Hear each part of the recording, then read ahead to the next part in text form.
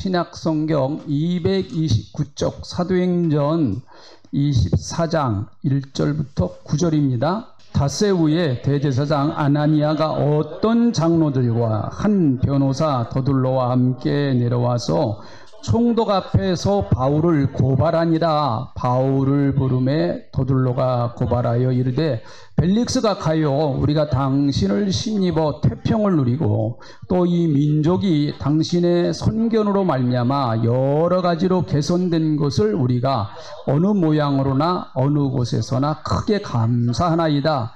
당신을도 괴롭게 아니하려 하여 우리가 대강 여쭈옵나니 관용하여 들으시기를 원하나이다. 우리가 보니 이 사람은 전염병 같은 자라. 천하에 흩어진 유대인들을 다 소욕해 하는 자요, 나사렛 이단의 우두머리라. 그가 또 성전을 더럽게 하였으므로 우리가 잡아싸우니 당신이 친히 그를 심문하시면 우리가 고발하는 이 모든 일을 아실 수 있나이다 하니 유대인들도 이에 잠가하여 이 말이 옳다 주장하니라. 아멘. 자, 우리 옆뒤 앞에 축복해 주세요. 오늘 잘 오셨습니다. 하나님 큰 축복 받고 은혜 받고 가세요. 성령 충만 받고 가세요. 네. 지금 이제 코로나 기간인데 코로나가 언제 끝날는지 누구도 사실은 정확하게 장담하기 어려운 그런 시대를 지금 우리가 살고 있습니다. 어느 시대나 또 어떤 나라든지 제일 힘든 것 가운데 하나가 바로 이 재난의 문제가 아니겠습니까? 조선시대 왕들도 역시 제일 염려가 되었던 것은 재난이었습니다. 전염병이라든지 가뭄이라든지 기근이라든지 이런 것들이 찾아오면 온 나라가 지금보다도 큰 고통을 당하고 몸살을 알 수밖에 없었습니다. 여러분, 조선시대에 보면 비가 오지 아니하면 왕이 덕이 없어서 이렇게 비가 오지 않는다, 그렇게 생각을 하고 하늘이 노해서 하늘의 그 노여움을 풀어드려야 된다 해서 기우제를 드렸습니다. 가끔 여러분 그 사극 방송에 보면 이제 기우제 드리는 이런 모습이 나오죠. 기우제를 드리는 왕은 죄인입니다. 죄인. 왕이 덕이 없었기 때문에, 덕이 없어서 하늘이 노해서 그 노여움을 타는 하늘의 마음을 풀어드리는 그런 죄인입니다. 그래서 왕복을 벗고 아주 초라한 모습으로 기우제를 지낸다고 합니다. 여러분, 조선시대에 제일 힘들었던 전염병은 우리가 흔히 돌림병이라고 그러죠. 지금은 사실은 많이 쓰지 않는 말이죠. 옛날엔 돌림병 그랬습니다. 천연두, 또 장티푸스, 그리고 콜레라, 이 세 가지가 가장 큰 그 전염병이었었다고 합니다. 그 당시에는 그것이 천연두인지 또 콜레라인지 장티푸스인지 사실 정확하게 잘 몰랐던 것이죠. 여러분, 이런 병들은 얼마나 이 병이 고통스러웠던지요, 병을 통해서 사람들을 저주하는 욕이 생기기까지 했습니다. 그래서 조선시대 가장 무서웠던 욕 가운데 하나가 연병할 놈, 연병할 놈. 제가 여러분들에게 욕하는 거 아니에요. 그런 욕이 있다라는 얘기죠. 연병에 죽을 놈, 또 연병하네, 연병 떠네, 다 이것이 그 병과 관련되어진 욕이라고 합니다. 연병이라고 하는 것은 장티푸스병을 말합니다. 장티푸스병. 지금 현대의학적인 용어로 말하면 장티푸스병이라고 합니다. 여러분, 장티푸스 걸려보시지 않으셨죠? 지금은 다 우리가 미리 예방주사를 맞고 또 설령 걸렸다고 할지라도 좋은 약이 많이 개발됐기 때문에 장티푸스에 걸려서 죽는 사람은 거의 많지를 않습니다. 참 좋은 시대에 우리가 살고 있습니다. 그런데 장티푸스에 걸리면은요, 몸이 굉장히 피곤해지기 시작을 한다고 합니다. 머리가 아프기 시작하고 그리고 열이 나기를 시작하는데요. 이 열이 보통 열이 아니고 아주 고열에 시달린다고 합니다. 고열에 한 뭐 일주일씩 시달리고 그런다고 합니다. 그리고 설사를 하기 시작을 해요. 그래서 탈진 상태가 되어서 결국은 고열로 사망한다고 합니다. 치료자가 없는 옛날에는 사실은 너무나 무서운 병이었죠. 그래서 연병이라고 하는 말은 곧 죽음을 의미하는 것입니다. 그래서 연병할 놈 그러면은 연병을 앓을 정도로 재수가 없는 놈이다. 그런 의미를 가지고 있습니다. 재수 더럽게 없는 놈, 뭐 그런 의미를 가지고 있다고 합니다. 옛날에는 참 왜 그렇게 욕들이 많았는지 몰라요. 지금 엄마 아빠들은 자녀들에게 그렇게 욕을 잘 하지 않죠. 근데 옛날에 부모님들은 뭐 그게 그렇게 나쁜 의미인지도 모르고 그냥 욕을 하는 경우가 많았다고 합니다. 에이 연병할 놈 같으니라고. 거기다가 하나 더 붙이면요, 지랄 연병할 놈 뭐 이렇게. 아주 세집니다. 여기요. 더 세지는 건 지랄 연병 발광할 놈 같으니라고. 막 이렇게 욕이 점점 세지는 거죠. 지랄이라는 말은 간질병을 말합니다. 간질병. 그래서 이런 속담이 있다고 그럽니다. 연병에 땀을 못 낼 놈. 뭐 그런 속담도 있다고 해요. 연병에 땀이 굉장히 많이, 아까 얘기한 것처럼 연병은 고열이 납니다. 고열. 그래서 땀이 많이 나는데 연병에 땀도 내지 못하고 괴로워서 죽을 놈이다. 그 말이죠. 연병에 땀이 나는 게 당연한데 그 땀도 나지 못하게 괴로워서 죽일 놈. 그런 뜻이라고 합니다. 여러분 21세기에 연병을 지금 우리는 앓고 있습니다. 이게 과거에 조선시대에만 있었던 병은 아니죠. 지금 오늘날도 조선시대 못지않게 여러분 우리를 힘들게 하고 또 전 세계 많은 사람들을 힘들게 하고 있는 아직까지도 진행형인 이 코로나 뭐 이런 것들이 연병이 아닐까요? 며칠 전에 선교사님이 들어오신다고 해서 공항에 좀 나가봤는데요. 공항에 사람이 많지 않고 그리고 공항에 이렇게 상점에 문을 닫아놓은 상점들이 꽤 있더라고요. 왜 그 공항에 문을 닫았을까요? 인천공항은 1년에 한참 많을 때로 이용객들이 1000만 명이 넘었던 공항이었습니다. 그런 공항이 지금은 뭐 훨씬 못 미치니까 장사가 안 되니까 모든 가게 문을 닫아버린 것이죠. 참 안타까워서 그 모습을 보면서 참 마음이 안타까웠는데 여러분 이 연병이라고 하는 것이 뭐 조선시대에만 있었던 것은 아닙니다.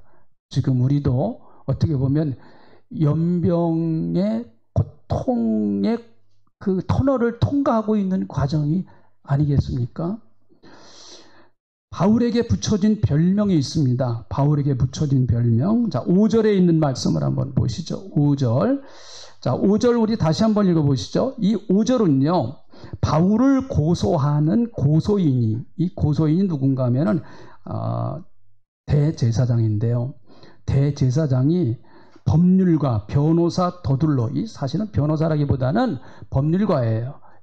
아주 법에 능통한 사람, 이 사람을 앞세워서 채용한 거죠. 돈으로 채용한 거예요. 변호사를 선임했어요.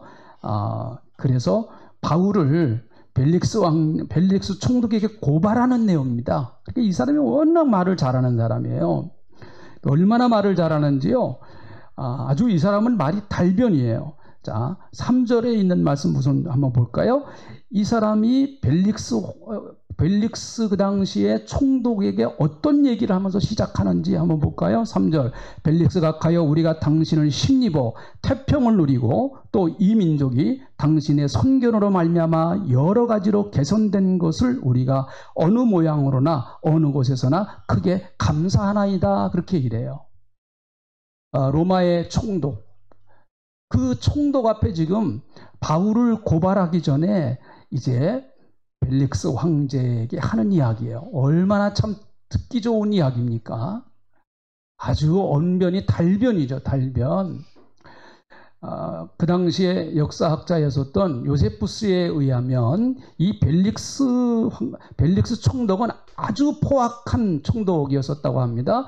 뇌물을 엄청나게 받았고, 그리고 아주 포악한 정치를 하기로 유명했던 사람이었습니다. 많은 유대인들을 학살을 했고요. 아주 유대인들에게 악명 높은 그런 정치인이었습니다. 바로 그런 정치인을 향해서 벨릭스 각하에게 하면서 이 더둘러라고 하는 사람이 이건 정말 아부예요. 아부. 이거는 아주 얼마나 참 미사여구 참 입에 발리는 그런 이야기를 합니다. 어느 곳에서나 감사나이다. 전혀 아니거든요. 유대인들은요, 이 벨릭스에 대한 감정이 굉장히 안 좋았습니다. 그래서 나중에 너무나 이 벨릭스의 폭정이 심했기 때문에 로마 황제에게 탄원을 했습니다. 이 벨릭스 총독을 좀 제발 다른 사람으로 바꿔달라 해서 벨릭스 총독이 나중에 로마로 소환이 돼요. 그렇게 아주 악한 그 정치인이었습니다. 그럼에도 불구하고 이 더둘러가 아주 벨릭스를 그렇게 붕붕 띄워주는 거죠. 이러면 우리가 이런 말에 속아나가면 안 돼요. 이런 말이에요. 자기 자신을 정확하게 평가할 줄 알아야 되겠죠. 자, 그러면서 5절에 지금 바울을 고소하는 내용입니다. 바울을 고소하는데 이런 내용을 가지고 고소합니다. 5절, 6절이 이제 바울이 이런 죄를 졌다고 고소하는 내용이에요. 5절, 같이 5절만 읽어봅니다. 시작. 우리가 보니 이 사람은 전염병 같은 자라 천하에 흩어진 유대인을 다 소요하게 하는 자요 나사렛 이단의 우두머리니라.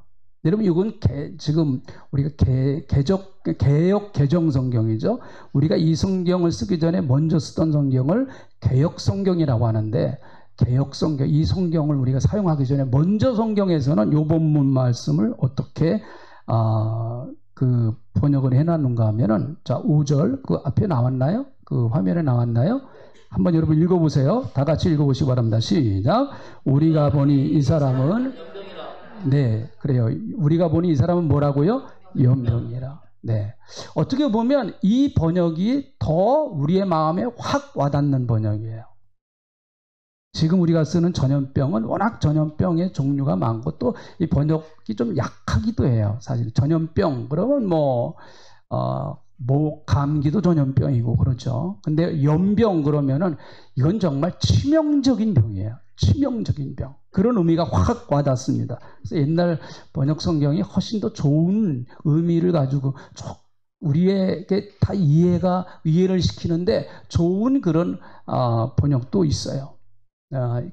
개정 성경이 쉬운 말로 번역하려고 그렇게 했습니다만은 어쨌든 여러분, 개역 성경에서는 전염병을 연병이라고 했습니다. 연병.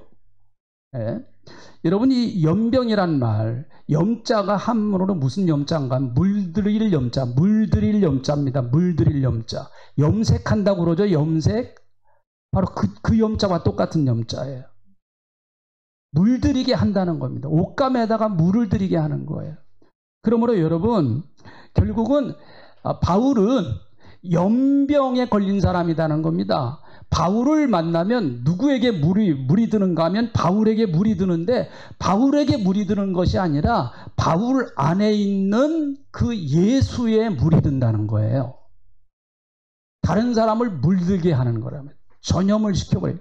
아주 그 염색을 시켜버려요. 예수로 염색을 시키는 그런 사람이다라는 거예요. 연병이 걸리게 한다라고 하는 그런 의미를 가지고 있는 것이죠.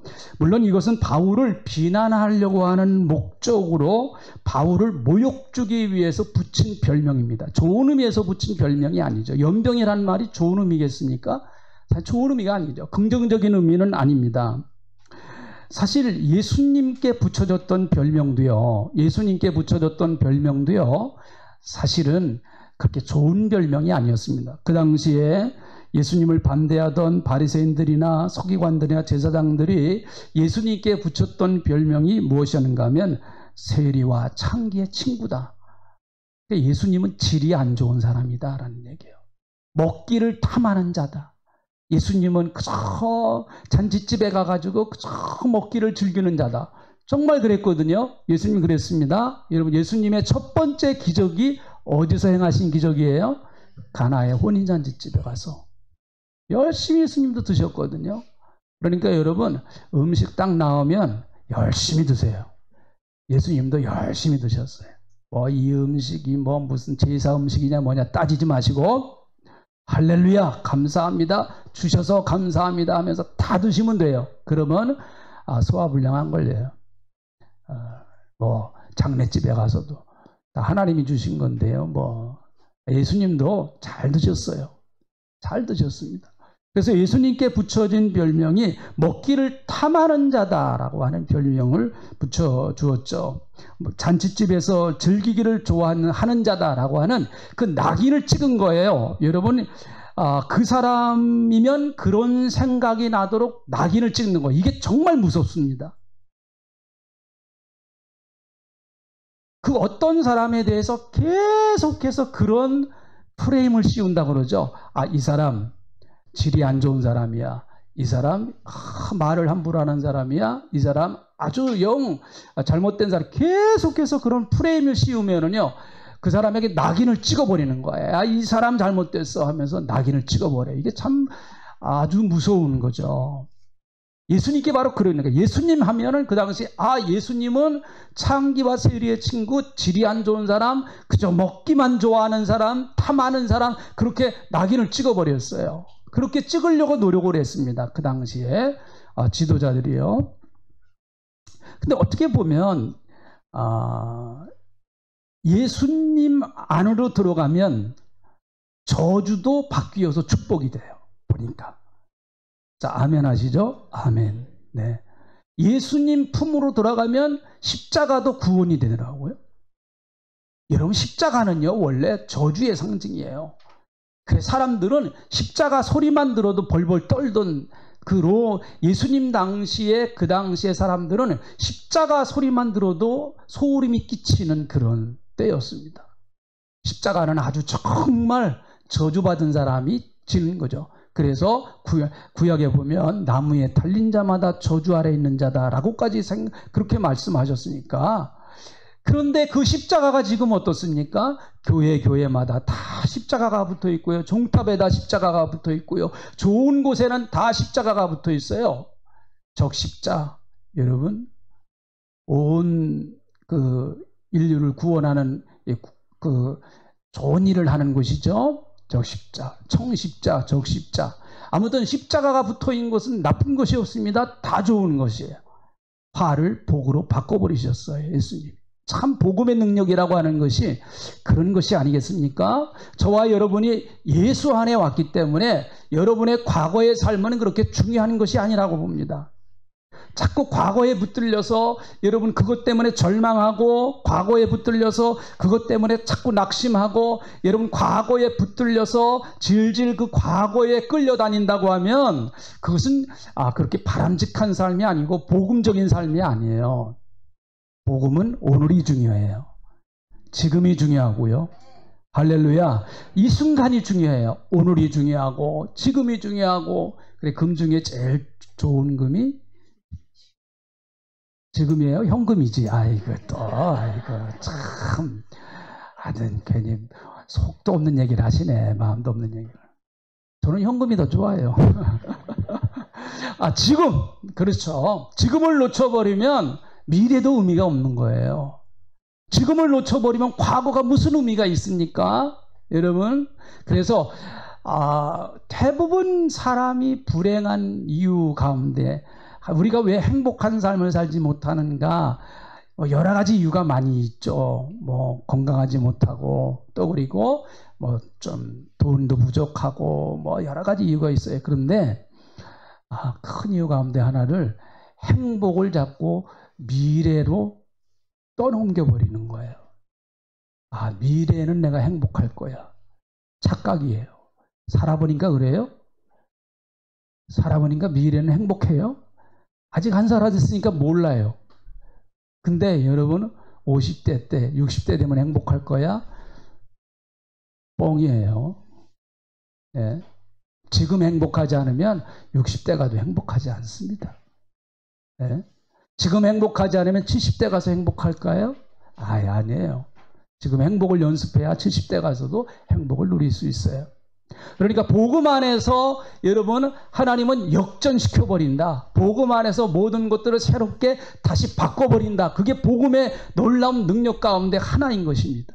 그러므로 누구든지 복음 안에 들어오면 여러분 저주도 화도 복이 되게 하시고 안 되는 것도 하나님께서 합력해서 선을 위해서 잘 되게 하시고 그렇게 믿고 사는 사람이 예수 믿는 사람이에요. 아멘 좀 크게 합시다. 할렐루야. 네. 어떻게 보면 전염병, 염려, 연병 이것은 역설적으로 보면 복음과 비슷한 것이 있습니다. 전혀 반대 얘기일 수 있을지 모르지만 복음과 어떻게 보면 비슷한 것일 수 있습니다. 여러분 연병에 걸린 사람 싫어합니다. 사람들이 싫어해요. 그것과 마찬가지로 정말 복음 안에서 우리가 예수님과 함께 살아가는 사람, 빛 가운데 살아가는 사람, 어둠에 있는 사람들 싫어합니다.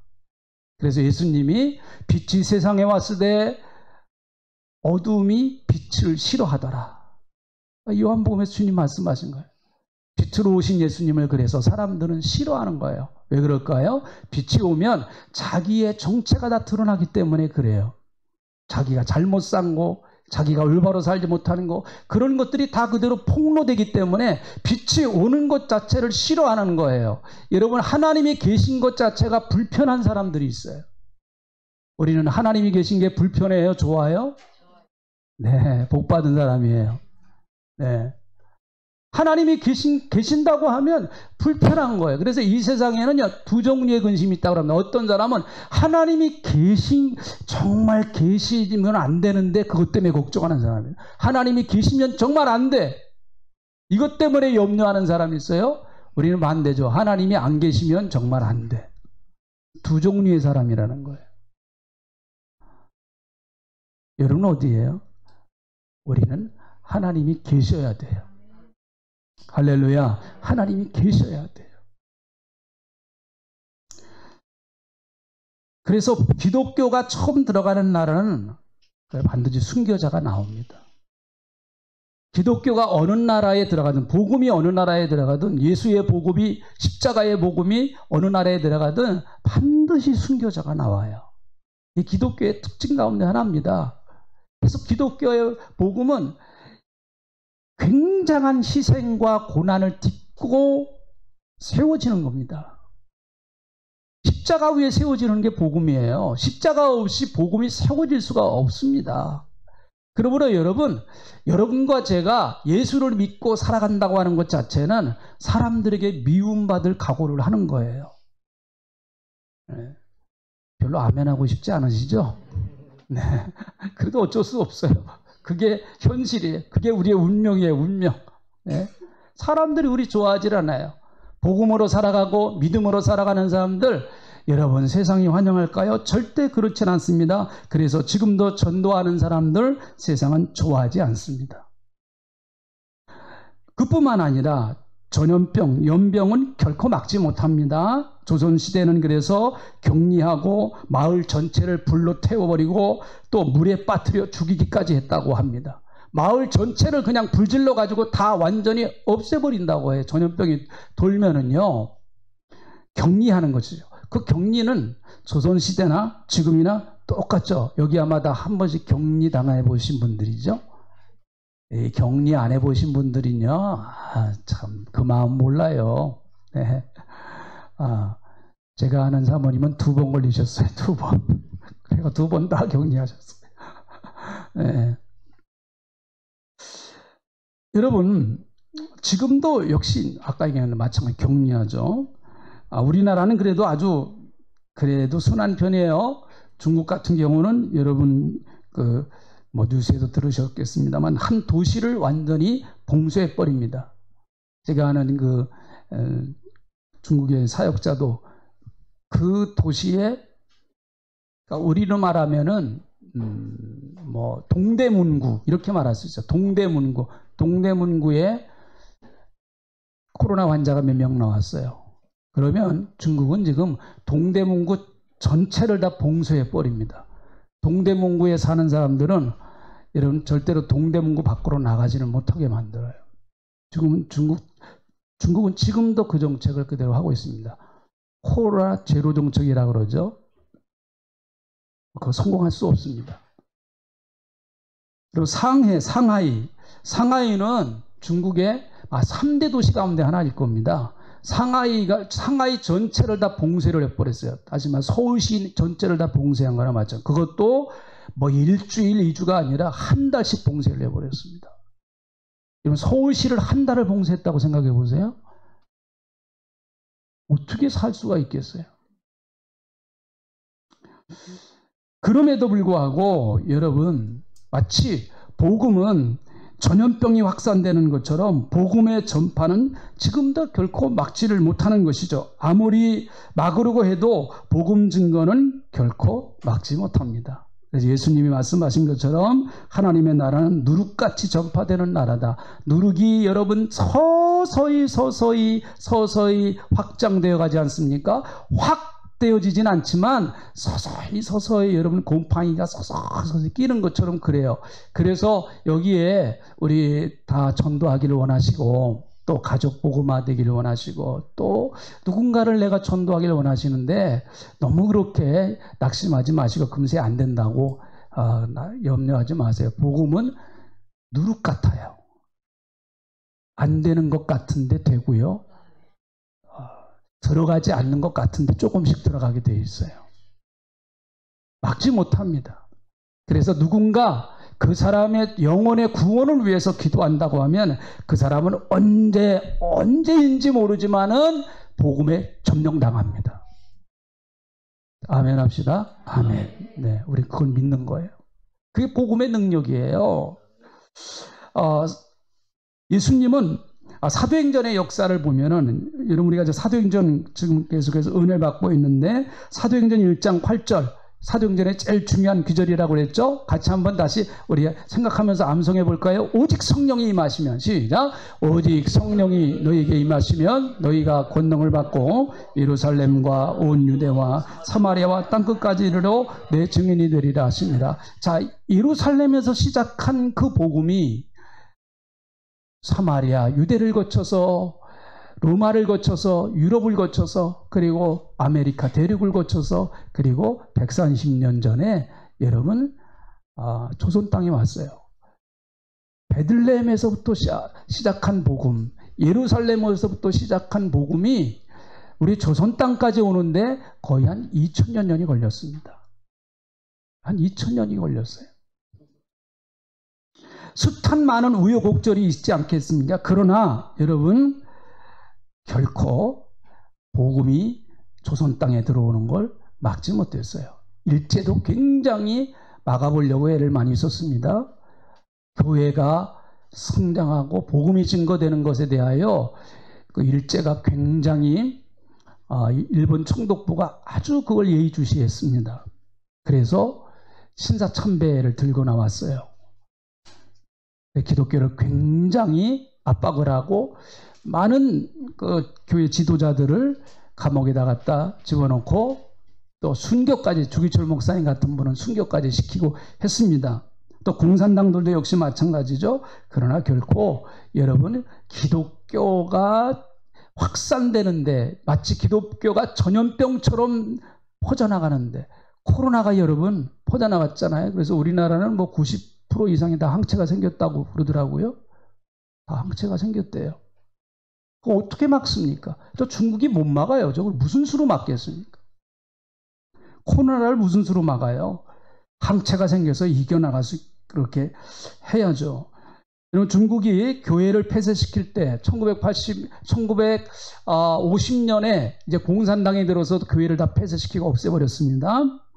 선교사 다 추방했고 목사들 다 잡아들였습니다. 그때의 기독교 인구가 공식적으로 3천만 명이었어요. 중국이. 그때 그 당시에 1950년대 기독교 인구가 3,500만 명이었습니다.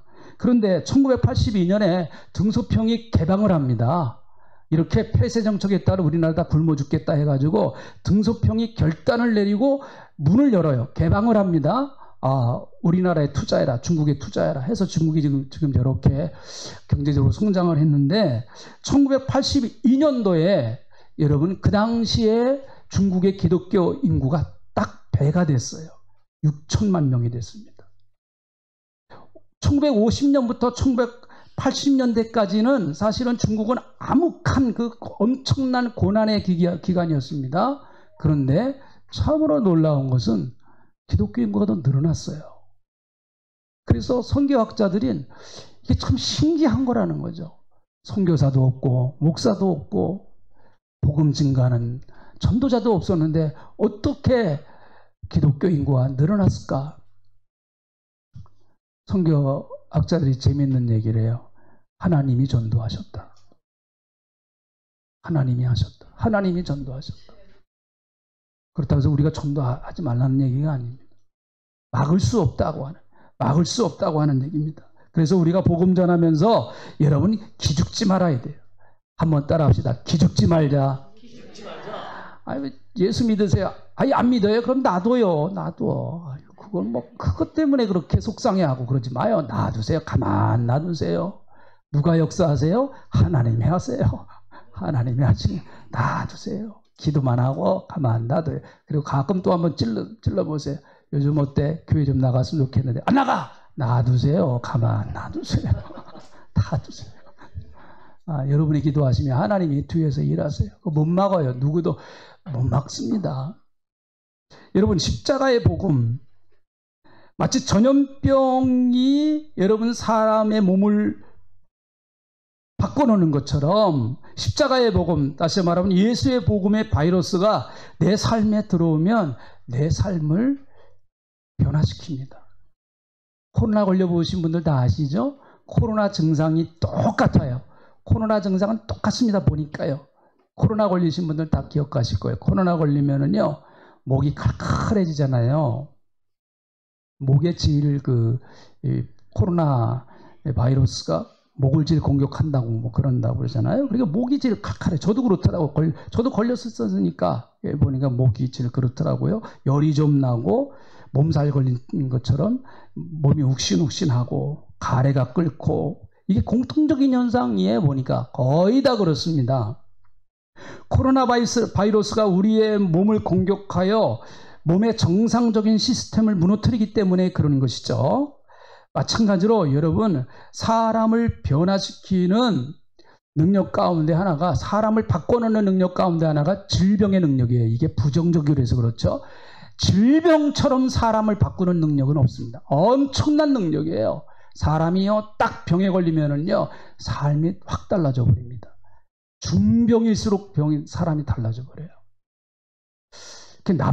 병이라는 게 참 나빠서 그렇죠. 사람을 바꾸는 것은 교육의 힘보다 어떨 때 보면은 교회에 나와서 바꿔지는 것보다 더 바꿔져요. 질병의 힘이요. 다 동의하시죠? 네. 이 질병이라고 하는 것이 얼마나 무서운지요. 사람이 병에 걸리면 삶이 단순해지고 생각이 단순해집니다. 거기에만 집중하기 때문에 그렇습니다. 다른 생각할 여유가 없습니다. 중병일수록 더 그렇습니다. 지금 돌아가신 이남규 원사님 하신 말씀이 지금도 기억이 나요. 이남규 원사님 자녀들도 굉장히 아팠어요. 수술 안 한 자녀들이 거의 없었습니다. 거의 다 병원에 가서 수술했습니다. 그러니 이남규 권사님 자식 사랑하시는 그 권사님 마음이 얼마나 괴롭고 힘들었겠어요. 그 권사님이 늘 하시는 말씀이 공부 잘하는 것 필요 없어. 돈 다 필요 없어. 건강만 있으면 돼. 건강하기만 한데 애들한테 너무 그렇게 공부하라고 하지 마. 건강하면 돼. 우리 젊은 엄마들 이해돼요? 네? 그 이해 안 돼요. 그래도 해야죠. 공부. 아이고 공부. 그래도 돈이 필요해요. 다 우리 그래요. 네. 그거 잘못된 게 아니에요. 뭐 그거 맞는 얘기죠. 예수님을 만나면 예수님은 우리의 삶에 불필요한 것들을 정리시키시더라고요. 보니까. 다시 한번 중요한 얘기예요.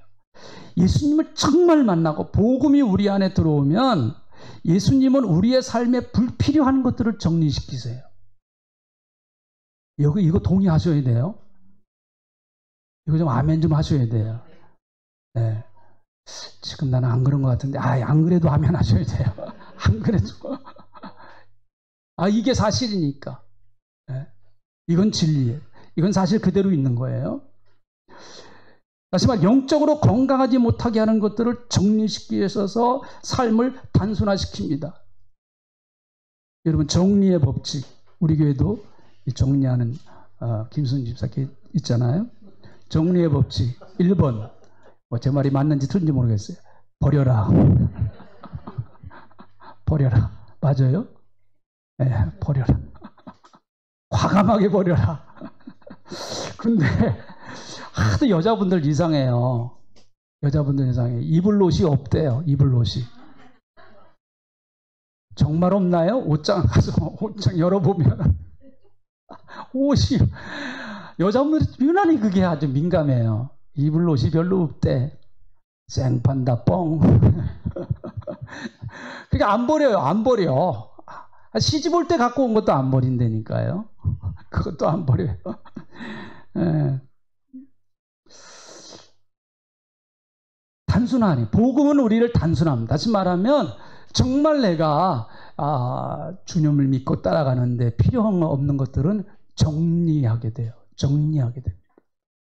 그게 복음의 능력인 것이죠. 그래서 오직 병을 치료하는 데 집중합니다. 병 치료에 최우선을 두게 되죠. 의사가 오라고 하면 옵니다. 아무리 바빠도 의사가 만나자고 하면 정말 부득이한 사정이 아니면 갑니다.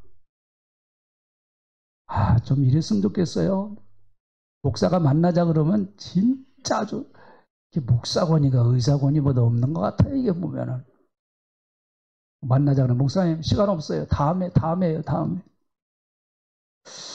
복음에 전염된 사람도 역시 동일하다고 봅니다. 복음의 바이러스, 예수의 바이러스가 들어간 사람들은 시선이 바뀌고 생각이 바뀝니다. 예수님을 생각하게 되죠. 일주일에 한 번, 적어도 한 번은 의사 되시는 예수님을 만나게 됩니다. 이것이 삶의 우선순위가 될 수밖에 없는 거예요. 그래서 주일이면 하나님 앞에 예배드리고 의사가 하라는 대로 노력합니다. 그래야 병이 치료되고 건강한 삶을 살 수 있기 때문에 그런 것이죠. 의사 선생님 말을 잘 들어야 돼요. 그래야 육신의 병도 잘 치료받습니다. 의사를 신뢰해야 된다고 그러잖아요. 그래야 병을 잘 고칠 수 있다. 저 의사가 거짓말 시킨 거 사기친 것 같다. 그럼 절대 그 의사를 통해서는 그 병이 치료되지 않는다고 그러지 않습니까? 그뿐만 아니라 전염병은 다른 사람을 전염시키듯이 예수 바이러스가 있는 사람은 반드시 다른 사람을 예수로 전염시킵니다. 아까 얘기했죠? 염병할 때 염자는 물들 염자라고 그랬습니다. 물들게 한다고 하는 물들염. 여러분과 제가 예수에 물들었다고 하면, 예수의 염색이 됐다고 하면, 예수 바이러스가 있다고 하면 그 바이러스는 반드시 다른 사람에게 전파되게 되어 있습니다. 여러분, 저를 코로나 걸리게 한 사람은 누구일까요? 속으로만 생각하세요. 저는 얘기 안 합니다. 네. 그럼 여러분을 코로나 걸리게 한 사람은 누구일까요? 모르시는 분들도 있을 거예요. 요즘은 하도 코로나 걸린 사람이 많기 때문에. 제 아는 분이 그러더라고요. 저는요, 우리 집사람이 코로나 걸렸는데 같이 자고 같이 먹어서 저는 안 걸렸어요. 그러더라고요. 그래서 제가 그랬죠. 부부관계 이상하네요. 제가 좀 그랬는데 아무나 안 걸리시는 분도 있어요. 거의 여러분 걸립니다.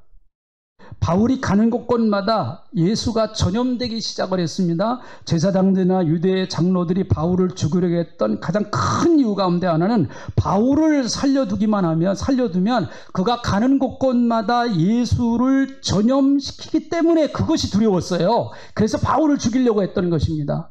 저 바울, 예수에 전염돼서 예수 염병에 걸린 저 바울을 살려두면은 가는 곳곳마다 다 예수 염병 걸리게 한다는 거죠.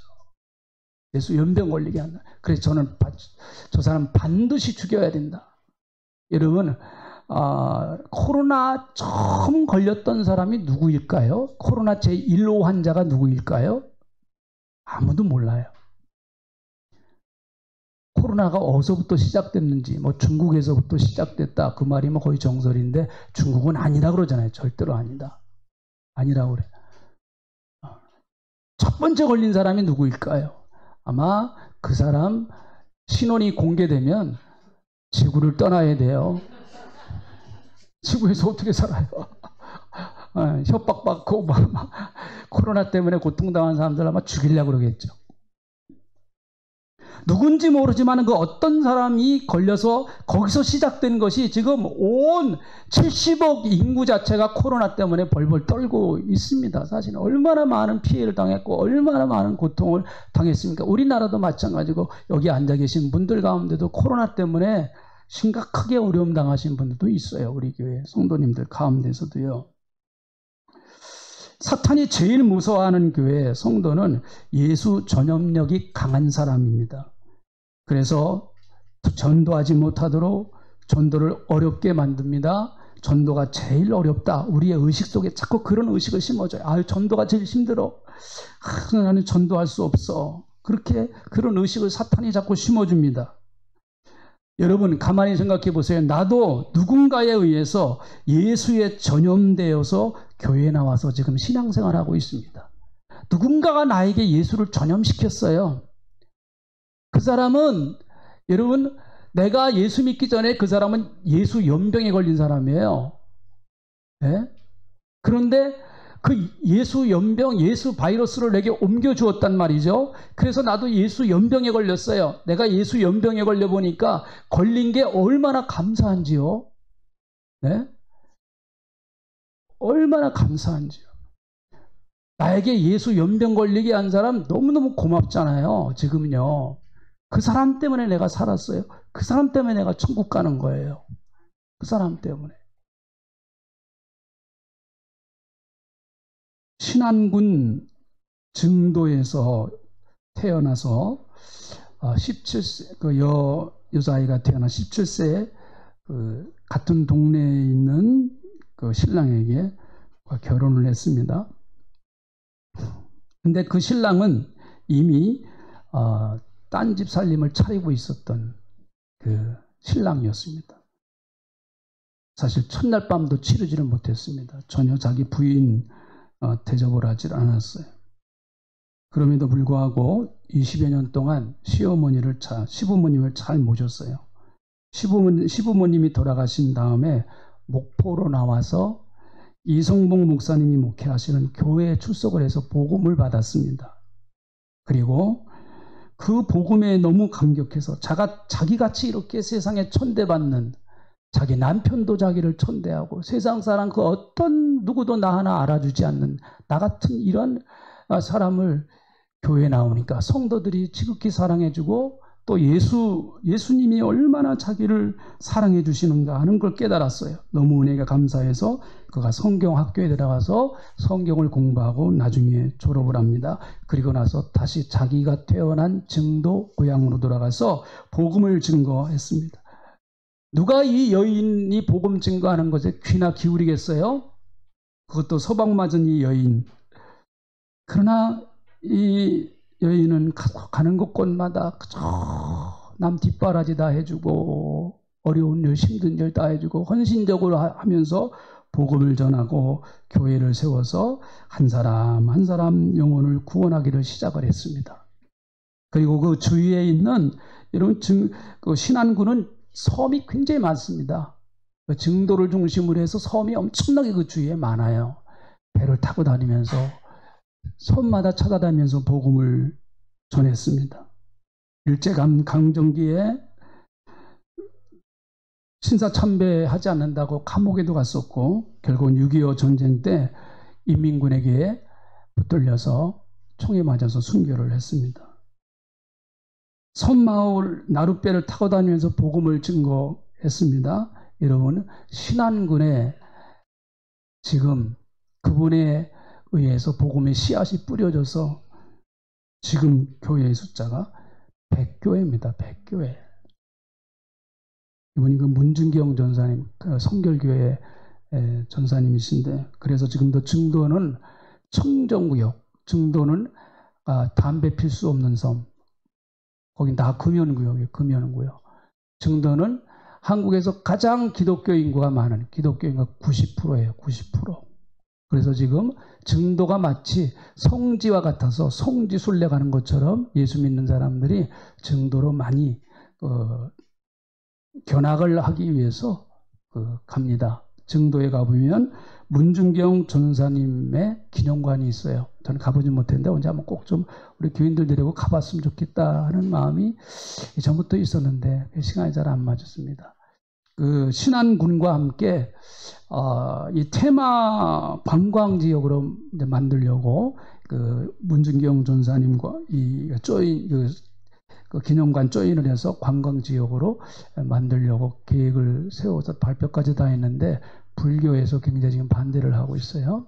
그 종교 편향이 아니냐 뭐 그렇게 하고 있는 그런 실정입니다. 한 여인의 그 복음에 그 전염이 되어서 그 복음의 바이러스가 들어가서 그 복음의 그 연병, 복음의 병이 걸렸어요.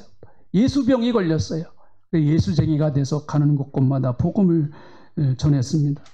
그의 영향에 의해서 증도에서 참 훌륭한 하나님의 사람들이 많이 나왔어요. 그 대학생 선교회 CCC를 참 한국에 그 처음으로 한국에 이제 도입한 김중근 목사님 바로 증도 출신입니다. 이분이 그 대학 다니는 대학 생활했던 분들은 CCC 한 번쯤은 다 경험했어요. 참 유명한 분이죠. 그리고 한국 기독교의 그 치유 사역에 정말 개척자라고 할 수 있는 정태기 목사님도 역시 증도섬 출신입니다. 다 이분들이 문중경 전사님의 영향을 받은 분들입니다. 사랑하는 성도 여러분, 우리도 누군가를 예수로 전염시키면서 평생 살아가는 예수 연병든 사람들 되시기를 주님의 이름으로 축복합니다. 기도하겠습니다. 하나님 고맙습니다. 오늘 바울이 연병에 걸린 사람이다. 이렇게 그 당시에 많은 사람들에게 비난도 받고 조롱도 받았지만 그는 정말 예수의 연병이 들어서 가는 곳곳마다 예수를 전하고 예수를 전파하는 일에 그의 평생을 드렸던 것과 같이 하나님 우리의 삶에도 우리의 삶을 살아가는 영역에서 직장이든 또 가정이든 내가 만나는 사람들에게 예수 바이러스를 전파시키는 그런 전도자로 살아갈 수 있도록 하나님 함께 하시며 도와주시기를 간절히 빌고 원합니다. 우리 부족한 거 압니다. 우리 연약한 거 압니다. 그래서 내 안에 계신 주님, 나와 함께 하시는 성령님, 그분이 강하시고 그분이 능하시기에 우리가 승리하는 줄로 믿습니다. 고맙습니다. 감사합니다.